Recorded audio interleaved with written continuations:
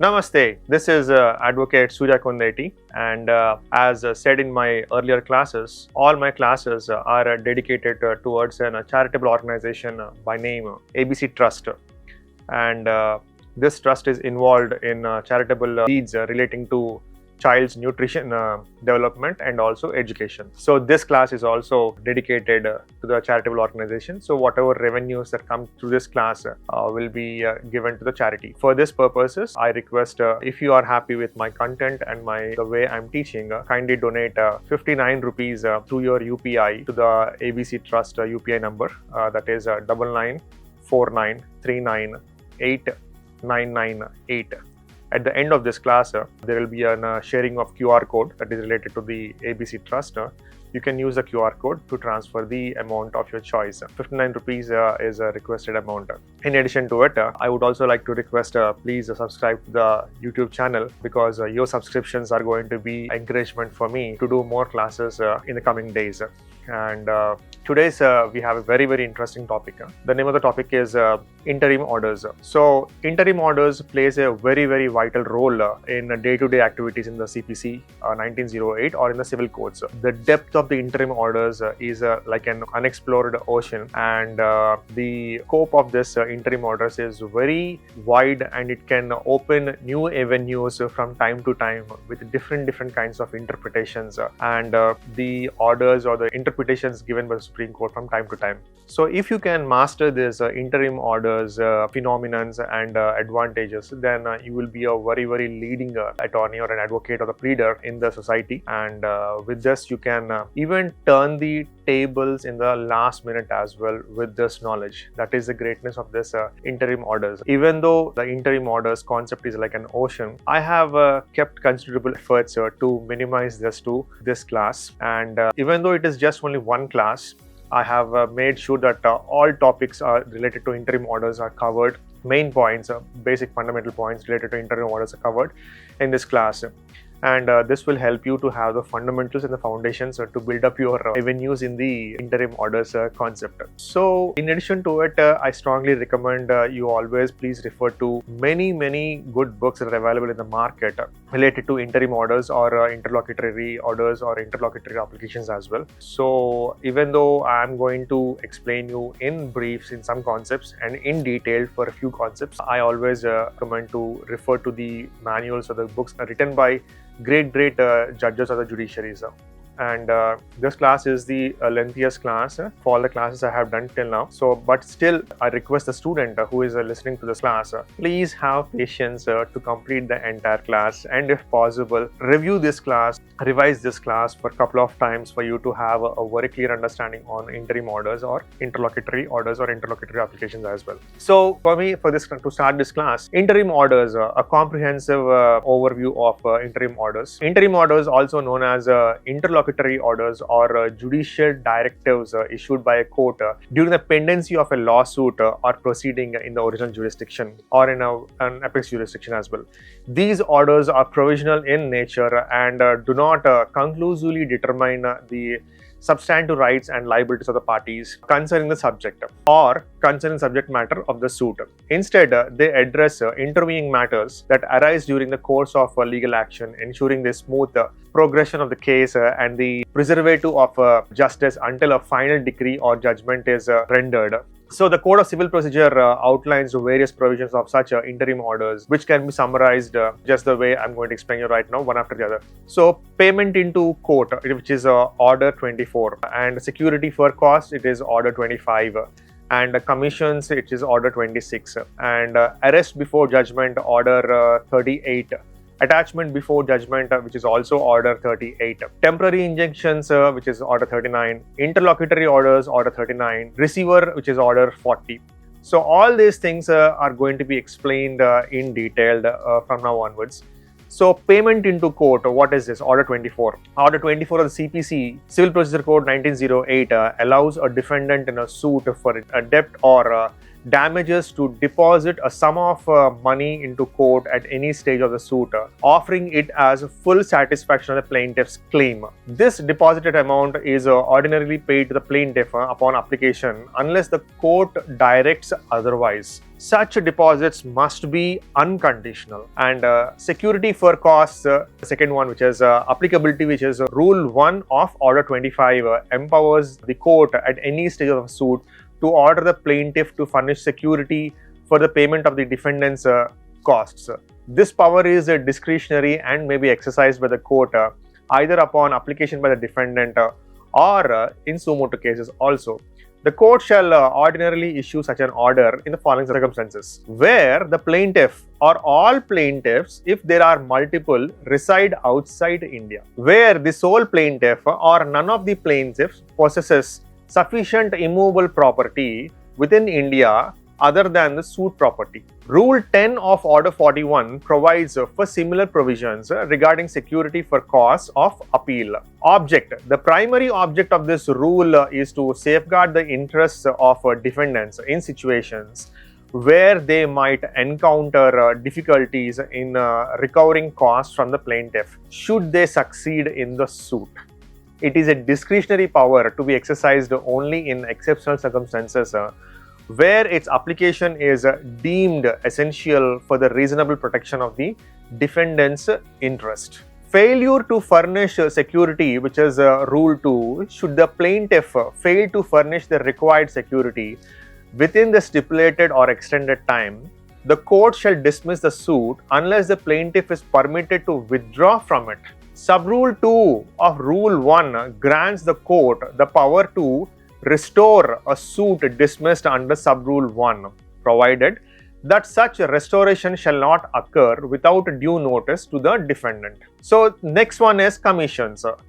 Issue of commissions, section 75 to 78 of the CPC addresses the court's power to issue commissions with the detailed provisions outlined in Order 26. The power to issue a commission is discretionary and it's exercised by the court to ensure complete justice between the parties. It can be initiated either upon application by a party or suo motu also. Purposes. What are the purposes as defined in section 75? Enumerates the specific purposes for which a court may issue a commission. To examine witness, sections 76 to 78, Order 26, Rules 1 to 8.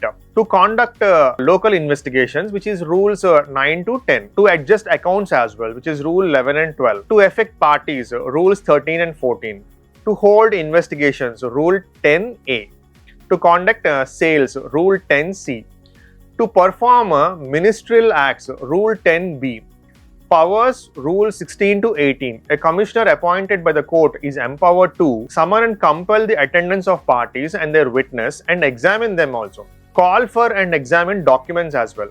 Enter into any land or building specified in the court's orders. Proceed ex parte if the parties fail to appear before them despite the court's orders. Rule 18B empowers the court to fix a date for the return of the Commission's findings. Expenses, which is Rule 15. Rule 15 provides that the court may, if it deems fit, order the party requesting the Commission to deposit the necessary expenses within a specified period. Commissions for foreign tribunals, which is Rules 19 and 22, stipulate that if a High Court is satisfied that a foreign court desires to obtain the evidence of a witness residing within its appellate jurisdiction in a civil proceeding, it may issue a commission for the examination of such witness. Limitations. What are the limitations? A court's judicial function cannot be delegated to a commission. For instance, a commission cannot be issued to value disputed properly, as this is a judicial function of the court. However, a commission may be appointed to collect data that assists the court in making such a determination. Report of Commissioner. Evidentiary value. This is very important. The report of Commissioner serves as prima facie evidence of the facts and data collected. It constitutes an important piece of evidence and can only be rejected on sufficient grounds. So, issuance of commission by Supreme Court and High Court. What are the limitations? The limitations on the issuance of commissions set forth in section 79 and orders 26 of the Civil Procedure Code 1908 do not apply to commissions issued by the Supreme Court or High Courts in exercise of their powers under the Constitution of India. So these are some of the important points that to be remembered before the interim orders have been issued, and the subsequent rules have to be followed as well at every stage of issuance. We have the next point called as Arrest Before Judgment, Order 38, Rule 1 to 4. What is the nature and scope of this? Ordinarily, a creditor must first obtain a decree against a debtor before proceeding with arrest or property attachment in execution as provided under Order 21. However, under specific circumstances, the creditor may seek the arrest of the debtor or the attachment of their property even before the judgment is rendered. Object. The underlying object of these provisions is to facilitate the plaintiff's ability to realize the decree amount should one eventually be passed in their favor, and to prevent any attempt by the defendant to thwart the execution of such a decree. Grounds Rule 1. At any stage of the suit, if the court is satisfied either by affidavit or otherwise that the defendant intends to delay the plaintiff or avoid any process of the court, or the defendant is about to leave India under circumstances that afford a reasonable probability that the plaintiff will or may thereby be obstructed or delayed in the execution of any decree that may be passed against the defendant in the suit, the court may issue a warrant for the arrest of the defendant, requiring them to appear before the court and show cause why they should not furnish security for their appearance. Discretion of the court. In this matter, the power to arrest a defendant, especially prior to decree in favor of the plaintiff, is a drastic action. It must be exercised with utmost care, caution, and circumspection. Before acting under this rule, the court must have compelling reasons based on adequate material to believe that unless this power is exercised, there is a real danger that the defendant will remove themselves or their property from the court's jurisdiction. Conditions. An application for arrest can be made by the plaintiff at any time after the plaint is presented, even before the summons is served on the defendant. The following two conditions must be satisfied. The plaintiff's suit must be bona fide and their cause of action must be prima facie unimpeachable, subject to the plaintiffs proving the allegations in the plaint. The court must have reason to believe, based on adequate materials, that unless this extraordinary power is exercised, there is a real danger that the defendant will remove themselves or their property from the ambit of the court's jurisdictions or the court's powers. So, security under Rules 2 to 4, if the defendant fails to show cause why they should not furnish security for their appearance, the court shall order them to either deposit in court money or other property sufficient to answer the claim against them, or to furnish security for their appearance whenever called upon. The court possessions discretion regarding the manner and the amount of security. When arrest before judgment is not allowed, in what circumstances? An order for an arrest of a defendant before judgment cannot be obtained in any suit concerning land or immovable property specified in clauses A to D of section 16 of the Code of Civil Procedure 1908. We have an appeal for this. An order passed under Rule 2, 3 or 6 of Order 38 is appealable. You can appeal against the orders passed under these rules. Revisions. An order of arrest made under Rule 1 of Order 38 can be considered a case decided under section 115 of the CPC and is therefore revisable. Arrest on insufficient grounds, which is section 95. Section 95 provides that if any suit, an order for the arrest of the defendant was obtained by the plaintiff on insufficient grounds, or if the plaintiff's suit ultimately fails and it appears to the court that there was no reasonable or probable ground for instituting it, the court may, upon application by the defendant, order the plaintiff to pay compensation not exceeding 50,000 rupees. This compensation is awarded for the expense of injury to reputation caused to the defendant. So, these are some important points that have been derived or compiled from the interim orders or the interlocutory orders. So, we have the next point as attachment before judgment. We have seen arrest before judgment, and now we are going to look at attachment before judgment. Order 38, Rules 5 to 13. What is the nature and scope of this one? Similar to the provision for arrest before judgment, a court may order an attachment before judgment under specific circumstances. What are the circumstances?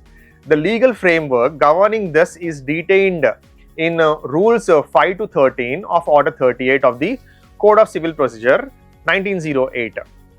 So what is the object of this? The paramount objective of attachment before judgment is to preclude any attempt by the defendant to frustrate the enforcement of a decree that may subsequently be issued against them. This measure is crucial to ensure that any decree awarded in favor of the plaintiff remains enforceable and effective despite the defendant's potential actions. So, what are the grounds? Grounds are mentioned in Rule 5. At any stage of the suit, the court is empowered to order an attachment before judgment if it is satisfied based on an affidavit or other evidence that the defendant, with the deliberate intent to impede or postpone the execution of an anticipated decree, is preparing to alienate or dispose of all or a portion of their property, and is preparing to relocate all or portion of their property beyond the jurisdictional limits of the court. So, principles governing the attachment. The remedy of attachment before judgment constitutes an exceptional legal measure. Its application must be judicious, strictly adhering to legal provisions, and exercised with utmost diligence and prudence to avoid its misuse as a tool for oppression.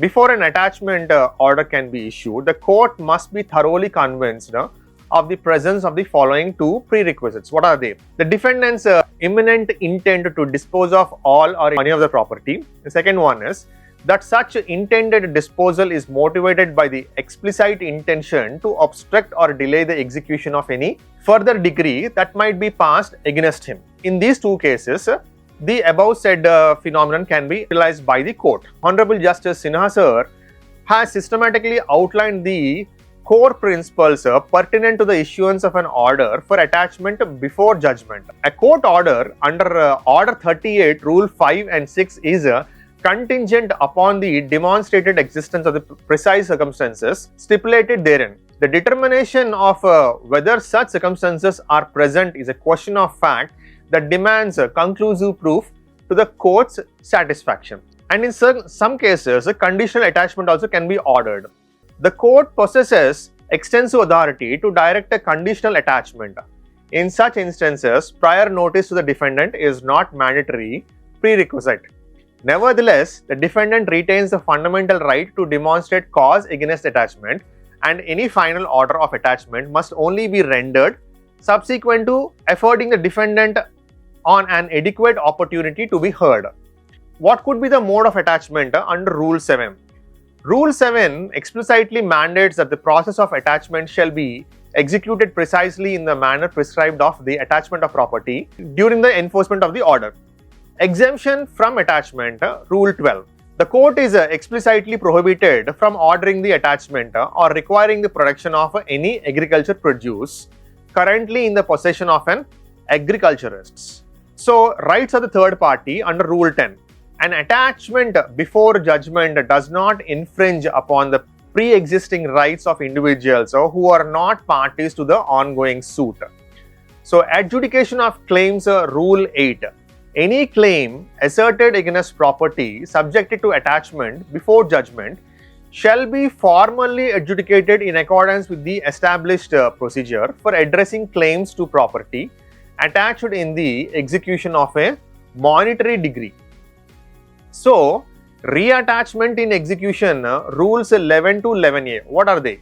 Should property already be under attachment before judgment and a decree subsequently pronounced in favor of the plaintiff, there is no requirement to seek fresh attachment of the property during the execution phase. The provisions of Order 21 applicable to attachments made in execution of a decree shall equally extend to an attachment before judgment.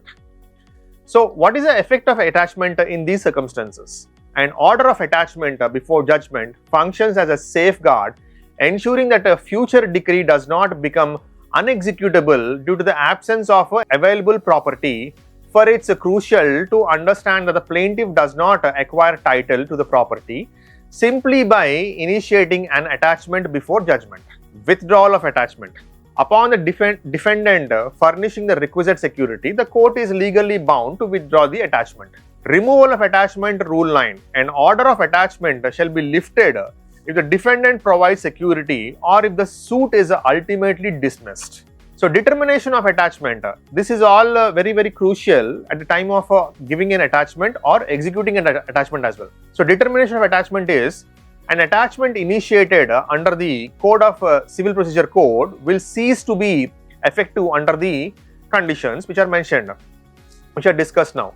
When the defendant furnishes security, when the attaching creditor voluntarily abandons or withdraws from the attachment, when the suit is dismissed, when the decree is fully satisfied, when the decree is reversed or set aside, when the court specifically orders the release of the property, when subsequent to the attachment, the application for execution is dismissed, when the decree holder fails to fulfill their obligations as required by the decree.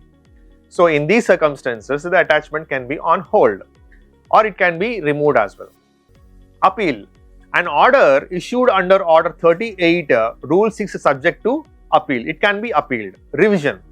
An order either granting or refusing attachment before judgment is deemed a case decided under the purview of Section 115 of the CPC, thereby making it revisable by the High Court.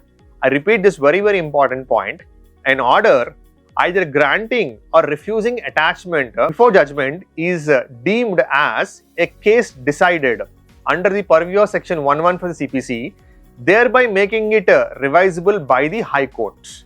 What it means is the defendant whose property has been attached under the order before the judgment can go to the High Court and stop its order through an interim orders. This is also possible, and he has to prove in the High Court that as to why his property should not be attached before a judgment as well. So both are there. That is the greatness of interim orders as well. Wrongful attachment. A separate suit for damages is permissible in instances of wrongful attachment of the property also. If the property is wrongfully attached or wrongfully identified property is attached, then damages can be claimed through suits as well. And attachment on insufficient grounds, Section 95. Should an order for the attachment of the defendant's property be obtained by the plaintiff on insufficient grounds, or if the plaintiff's suit subsequently fails and it becomes evident to the court that there was no reasonable or probable basis for its institution, the court may, upon application by the defendant, direct the plaintiff to pay compensation. This compensation, capped at 50,000 rupees, is awarded as a reasonable recompense to the defendant for any expenses incurred or injury sustained, including damage to reputation also. This is one of the greatest things of our constitution, where it has mentioned remedies and also solutions in cases of damages as well. So the scales of justice have to be properly balanced in preparing the orders, and it is the duty of the advocates to guide the judges of the court to make sure that proper orders are given. At the time of giving judgments or orders, it is a duty of the advocate to guide the judge. That is the reason as to why the advocates are the only one empowered by the Constitution of India with tripartite powers. They are supposed to take care of the judges, they are supposed to take care of society, and they are supposed to take care of the client as well. And temporary injunctions, what are these? Order 39, Rules 1 to 5, General. Every judicial tribunal, by its very constitution for the administration of justice, is inherently vested with all powers deemed necessary to render complete and equitable justice to the litigants appearing before it. What does it mean? An injunction is a formal judicial process that mandates a party either to perform a particular act or to abstain from performing a specific act. It serves as a court order directly addressing an individual, either prohibiting them from executing or continuing a specified action. Doctrine explained. It is a well-established legal tenet that interim orders can invariably be granted as an auxiliary measure supporting the primary relief available to a party upon a final adjudication or their rights in a suit or other legal proceeding. Consequently, a court undeniably possesses the authority to grant interim relief during the ongoing litigation. Temporary injunctions are therefore judicial directives issued while proceedings are in progress. And what is the objective of this? The paramount objective behind granting interim relief is to safeguard the disputed property until the legal rights and the conflicting claims of the parties before the court are definitely adjudicated. Fundamentally, the purpose of an interim relief order is to forge a pragmatic solution tailored to the prevailing circumstances, meticulously evaluating the advantages and disadvantages and meticulously balancing two competing interests: the potential injury and prejudice to the plaintiff if relief is denied versus the potential injury and prejudice to the defendant if relief is granted. So, the court exercises sound judicial discretion in deciding whether to grant or refuse interim relief. So, what types of interim reliefs can be there? Injunctions are classified into distinct categories: temporary injunctions, permanent injunctions. Permanent injunctions indefinitely prohibited party from performing a specific act and are exclusively granted on the merits of the case following the conclusion of the trial and after affording both parties to the suit a full hearing. These are governed by sections 38 to 42 of the Specific Relief Act 1963. Temporary injunctions conversely provisionally restrain a party from performing a specific act. Act can be any process also, or it can be a verb as well. Their validity extends only until the final disposal of suit or until further orders from the court. They are regulated by the provisions of Order 39 of the CPC 1908 and can be issued at any juncture of the suit. So, who can apply for this temporary injunctions? It is not exclusively the plaintiff who can seek an interim injunction or a temporary injunction. A defendant is also permitted to submit an application for the issuance of an injunction against the plaintiff, against whom injunctions may be issued. An injunction may solely be directed against a party to the suit and cannot be issued against an external individual, a third party, or a non-litigant. Furthermore, it cannot be issued against a court or a judicial officer. Grounds. What are the grounds? And as said in the Rule 1. Temporary injunctions may be granted by the court under the following specific circumstances. When any property central to a suit is at risk of being wasted, damaged, or unlawfully alienated by any party to the suit or wrongfully sold in execution of a decree. When a defendant threatens or expresses an intent to remove or dispose of their property with the aim of defrauding their creditors. When a defendant threatens to dispose plaintiffs or otherwise inflict injury upon the plaintiff concerning any property in dispute within the suit. When a defendant is poised to commit a breach of contract or any other form of injury. When the court determines that the interest or justice explicitly necessitate such an action. So, in these above circumstances, what are the principles governing a grant of injunctions? So, generally, prior to granting an injunction, the court must be satisfied regarding the critical factors. What could be those factors? When the plaintiff has established a prima facie case, or whether the plaintiff would incur irreparable injury if their request for a temporary injunction is not granted, where the balance of convenience unequivocally favors the plaintiff. So, there are three fundamental rules, and these three fundamental rules are frequently characterized as the three pillars underpinning the validity of every injunction order. Each of these elements holds paramount significance. So, what are those three pillars? First one is prima facie case. The applicant bears the initial burden of establishing a prima facie case in support of the right they assert. The court must be convinced that the applicant has raised a genuine dispute, that there exists an arguable matter requiring trial, investigation, and a decision on its merits, and that based on the presented facts, there is a reasonable probability of the applicant being entitled to the requested relief. The existence of a prima facie case is an indispensable prerequisite for an injunction order. Irreparable injury. The mere existence of a prima facie case does not automatically confer upon the applicant the right to temporary injunction. The applicant must additionally satisfy the court concerning the second condition by demonstrating that they will suffer irreparable injury if the requested injunction is not granted and that no other adequate legal remedy is available to them to mitigate the consequences of the anticipated harm. And a third one is balance of convenience or inconvenience. The third prerequisite for granting an interim injunction is that the balance of convenience or inconvenience must decisively lean in favor of the applicant. In practical terms, the court must ascertain that the comparative determinant hardship and or inconvenience likely to befall the applicant if the injunction is refused will be of greater magnitude that which would be incurred by the opposing party if the injunction is granted. And we have some more as well. Apart from these three pillars, we have other factors concerning this ones. Before granting an interim order, the aforementioned principles and guidelines serve merely as illustrative examples and are neither exhaustive nor absolute rules. It is imperative to remember that the issuance of an injunction is a discretionary and equitable remedy, and the authority to grant injunctions must be wielded in strict adherence to sound judicial principles. As an equitable relief, even if all the preceding conditions are met, other prevailing circumstances may still warrant the refusal of such relief. And in this context, what is the discretion of the court? The authority to grant an injunction is extraordinary in its nature and must be exercised with extreme caution, circumspection. A litigant is not entitled to this relief as an inherent right or as a routine matter. The conferment of an injunction, being an equitable remedy, resides within the discretion of the court.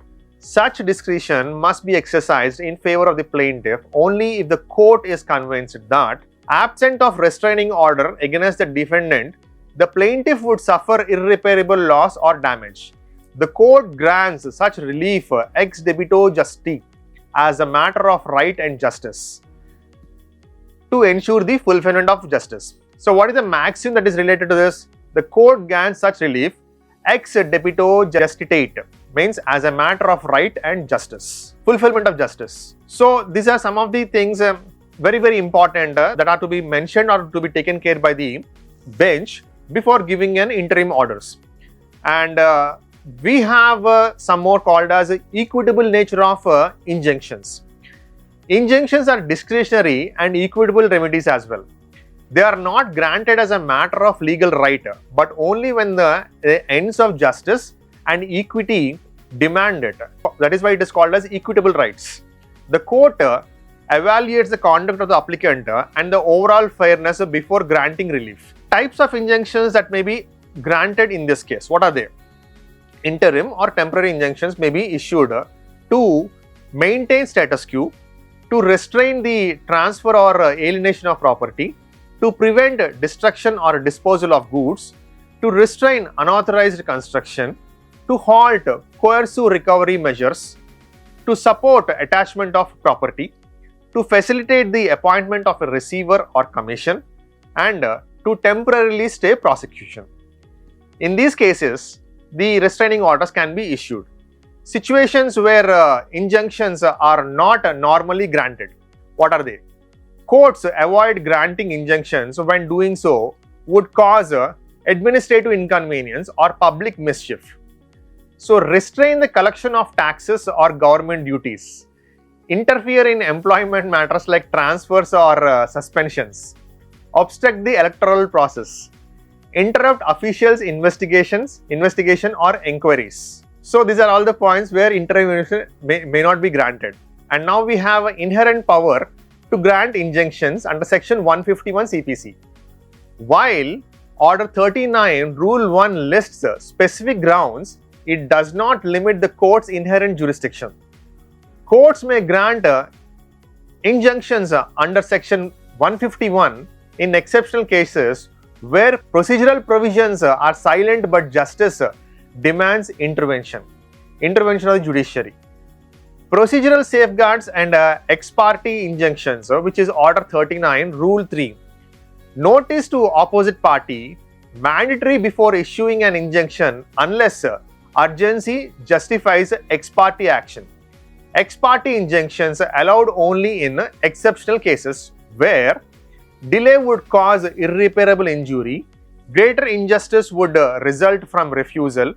An applicant demonstrate utmost good faith. Reasons must be recorded. A court must record reasons when granting ex parte relief without hearing the other side. And limited duration. Such injunctions must be time bound. It should not be indefinite. And mandatory injunctions are interlocutory stage, granted only in exceptional and compelling circumstances where irreparable harm is immediate and cannot be compensated monetarily. Courts exercise heightened security before granting such relief. And status quo orders. The court may direct the parties to maintain the existing conditions. In general, the advocates asking for status quo should definitely ask for what status quo to be granted, so that the courts will definitely understand the pre-existing situation and grant orders that will continue the pre-existing situations until the case is completely understood by the court. The order should be clearly worded, specifying the exact time and stage, example, trial court or appellate court, to avoid ambiguity as well. Governed by the same principles applicable to injunctions. So what are they? Discretionary relief and trespassers. Courts will not grant interim injunctions in favor of trespasser against the true owner of the property. This is very, very true. And discretion is guided by legal entitlement and equitable conduct. And like this, we have one more thing called as injunctions and public projects. Public interest is a vital factor. Even when relief is justified, courts impose conditions such as requiring the plaintiff to furnish compensation in case the suit fails, protecting public authorities from loss or delay, and scope and nature of inquiry for interim relief. Yes, the court undertakes a limited review of facts. Detailed inquiry or mini trials are not conducted. And relief is based on prima facie case, balance of convenience, and irreparable harm. All these three factors are considered before granting an interim relief. Res judicata in interim matters. This is very, very important. We have studied the res judicata theory in our previous classes, and how res judicata is applicable in interim matters. Once an interim injunction is granted or denied, it remains effective throughout the suit unless there are material changes in circumstances. This is the same point what we have discussed in the earlier classes as well. The doctrine of res judicata applies between different stages of the same suit. So, duration and effect of interim relief. An interim injunction lapses upon final adjudication of the suit. If granted for a fixed term, it expires automatically unless extended by the court. Relief may be continued pending appeal or higher court review to preserve status quo. So, restoration and compliance. Courts are duty bound to restore status quo, and if an interim injunction causes injustice to the opposite party. Compliance with the interim orders is mandatory. Disobedience attracts legal consequences. The party may not defy the order even if it appears flawed. They must seek modification or vacation from the court. And appellate and supervisory jurisdiction. What is this? First of all, appeal lies against an order granting or refusing an injunction. And what is revision? Maintainable under section 115 Civil Procedure Code 1908 if no appeal lies.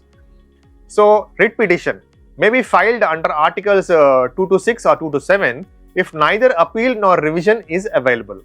Supreme Court interference under Article 136 is rare and invoked only in case of manifest injustice or breaching of fundamental rights because of the orders.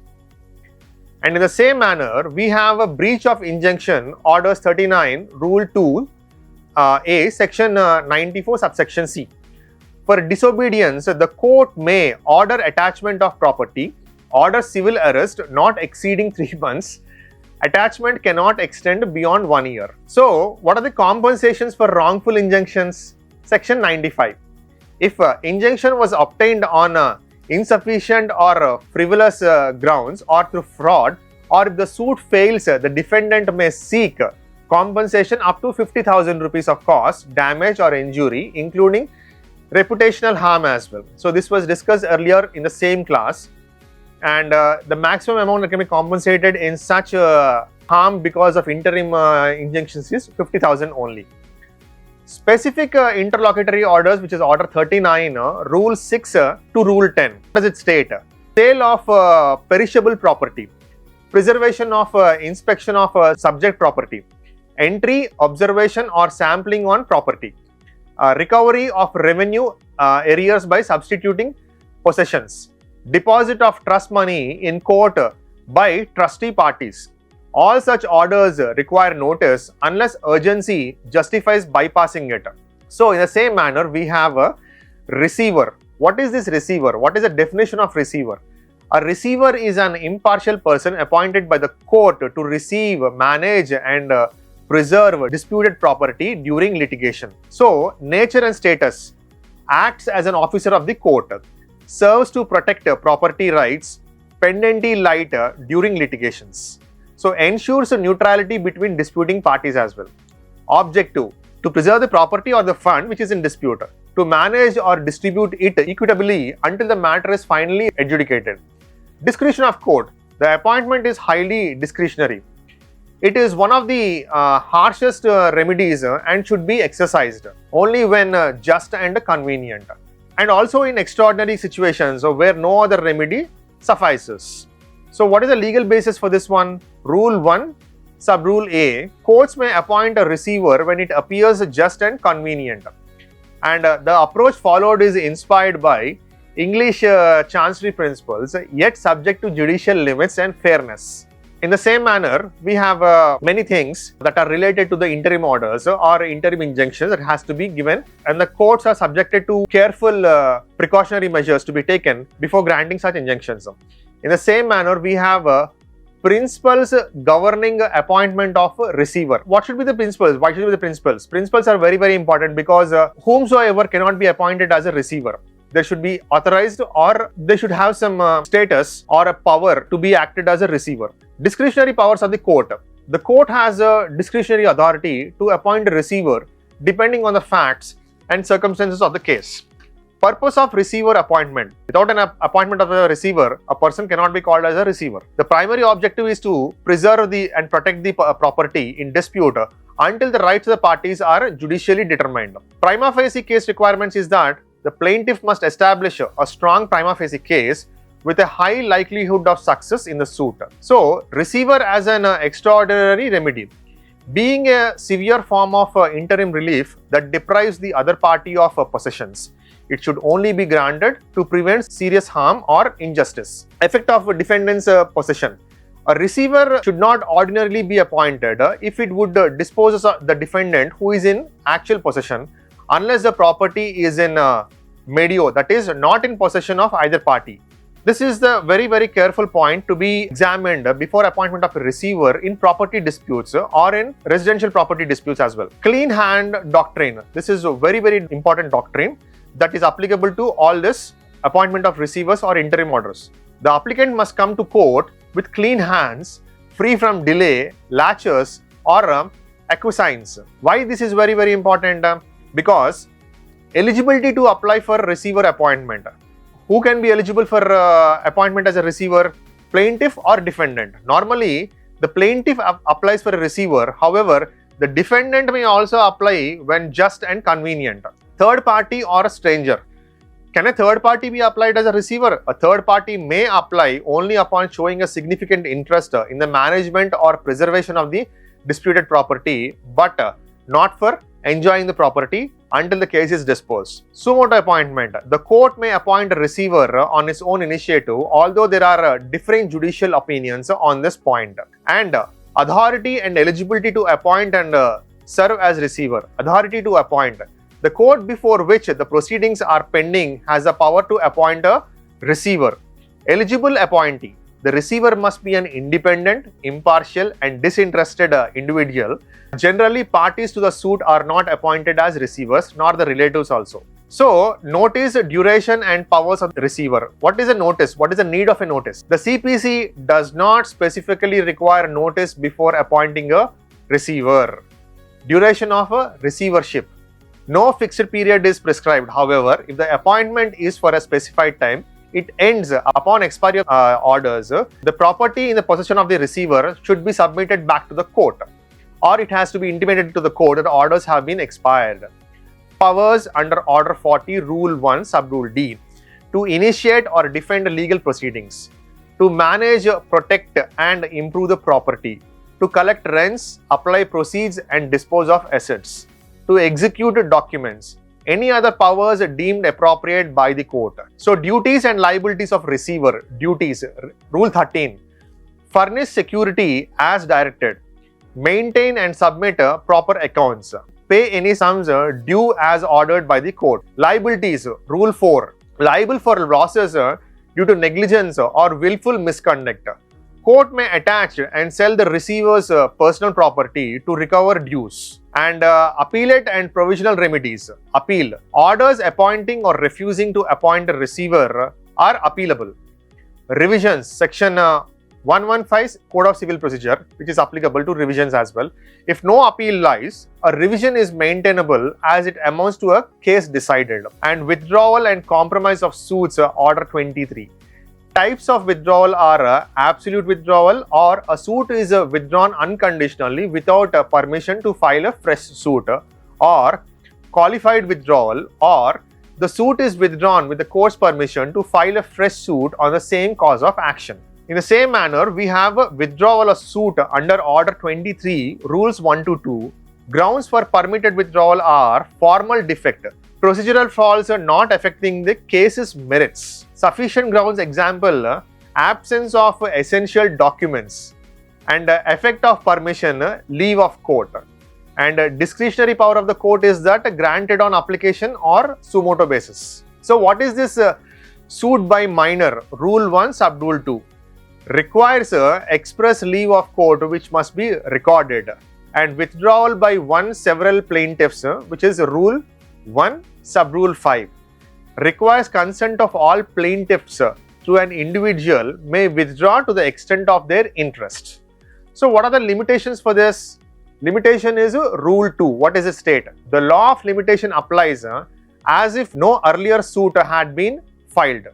And restoration of benefits, plaintiff must return any benefit obtained through interim orders upon withdrawal. And opportunity for fresh suit after unconditional withdrawal? Yes, it is not permitted. It is barred. No fresh suit can be filed without leave of court.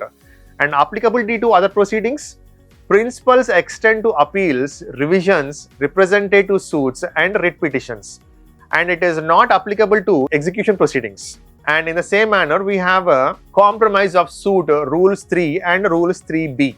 What is the definition of compromise? A mutual agreement to resolve the dispute leading to the conclusion of the suit. And what are the conditions for the consent of decree? Written agreement signed by the parties must be lawful, recorded by the court, and court must pass a decree based on the agreement. So who may record? The court in which the proceedings are pending. Disputing a compromise, a party may challenge the genuineness or validity of the compromise. And authority of the pleader, an advocate has implied authority to compromise unless specifically restricted. It doesn't mean that in the ongoing cases, the advocate can compromise with the other party without the notice or without the knowledge of the plaintiff. So an advocate has implied authority to compromise only in cases where the issue is in the notice of the judge, but not without the notice of the judge. The case should not be compromised between two pleading advocates. Such procedures are restricted. Compromise on behalf of a minor requires prior leave of court expressly recorded. Representative suits, Rule 3b. No compromise permitted without leave of court. And legal implications of decree of compromise decree is that res judicata applies. Technically, this is not applicable as it's not a decision on merits, but it may still bar relitigation of settled issues. Estoppel. It is a very, very important concept, estoppel, law of estoppel, which is very vast, but I will just brief it out. Operates as estoppel because preventing parties from denying settled terms. So once it is settled, you cannot go into the matters again as a litigation. So execution is enforceable like any other decree. And bar to separate suit, yes, Rule 3, Sub-rule A, no separate suit can be filed to set aside a compromise decree on the ground that it was unlawful. Compromise means you compromised willfully, not unwillfully you did not compromise. So, separate suit not be filed to set aside compromise. Compromised is final decree, it is supreme, unless the merits changes. Appeals and revisions. What is an appeal? When does an appeal apply? No appeal lies against a concerned decree. Revision, section 115, Code of Civil Procedure 1908. Yes. A revision lies against an order recording or refusing to record a compromise.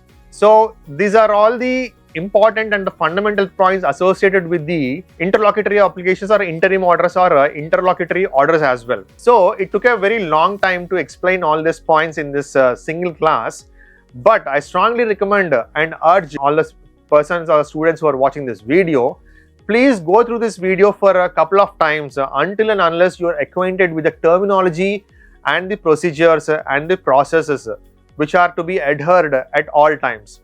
Interim orders play a vital role in deciding the case stature or the case position as well.